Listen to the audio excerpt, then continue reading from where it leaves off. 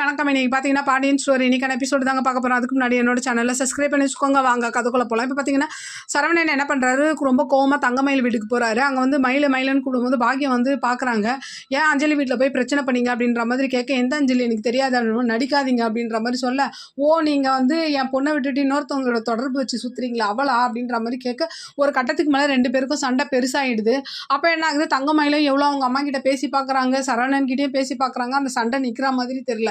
அப்படியே இந்த பக்கம் பார்த்தீங்கன்னா பாண்டியன் என்ன பண்ணுறாரு, போனவன் என்ன ஆச்சுன்ற மாதிரி ஃபோன் போட்டு பார்க்க, சரவணனுக்கு அவர் கடையிலே ஃபோனை வச்சுட்டு போயிடுறாரு. வேறு வழி இல்லாமல் என்ன பண்ணுறாரு, கதிருக்கு ஃபோன் போட்டு இந்த மாதிரி நடந்ததெல்லாம் சொல்லி அண்ணனுக்கு என்ன ஆச்சுன்னு போய் பாருன்ற மாதிரி அங்கே அனுப்பிவிட, அப்போது கதிர் என்ன பண்ணுறாரு, தங்கமயில் வீட்டுக்கு வர கரெக்டாக என்ன ஆகுது, பாக்கியம் வந்து என் பொண்ணை விட்டு நீ நிம்மதியாக இருந்துருவியா, உன்னை நான் நிம்மதியாகவே வாழ விட மாட்டேன் அப்படி இப்படின்ற மாதிரி சொல்ல, ஒரு கட்டத்துக்கு மேலே கோவப்பட்டு என்ன பண்ணுறாரு, சரவணன் கள்ள தூக்கி பாக்கியத்து மேலே போட, நல்ல வேலை கதிர் வந்து தடுத்து என்ன பண்ணுறாரு, கூட்டிகிட்டு போயிடுறாரு. இந்த பக்கம் தங்கமயில் என்ன பண்ணுறாங்க, அவங்க அம்மா வீட்டுக்குள்ளே போயிட்டு திட்டுறாங்க, நான் தான் அவருக்கு டைவர்ஸ் கொடுத்துட்டேன், இதுக்கப்புறம் அவர் யார் கூட பேசினா உனக்கு என்னம்மா அப்படின்னு பேசிகிட்டே இருக்கும்போது அவங்க ஒரு பக்கம் மயக்கம் போட்டு விழுந்துடுறாங்க. அவங்கள என்ன பண்ணுறாங்க, ஹாஸ்பிட்டலுக்கு தூக்கிட்டு போகிறாங்க. இந்த பக்கம் பார்த்தீங்கன்னா கதிர் வந்து ஏன்னா இவ்வளோலாம் கோவப்படுற, கள்ள தூக்கி போகிறதுலாம் ஓவர் போது என்னடா பண்ணுறது, என்னை நிம்மதியாக விட மாட்டாங்க, என்னை மட்டும் இல்லாமல் இப்போ அஞ்சலியும் இவ்வளோ பாடுபடுத்துறாங்க, நான் என்னடா பண்ணுவேன், எனக்கு வர ஆத்திரத்துக்கு இவங்களெல்லாம் கொண்டுட்டு ஒன்று ஜெயிலுக்கு போடலாமான்னு தோணுது, இல்லை நான் செத்துடலாமான்னு தோணுதுன்ற மாதிரி அழுக. அப்போ கதிர் தான் சமாதானப்படுத்துறாரு.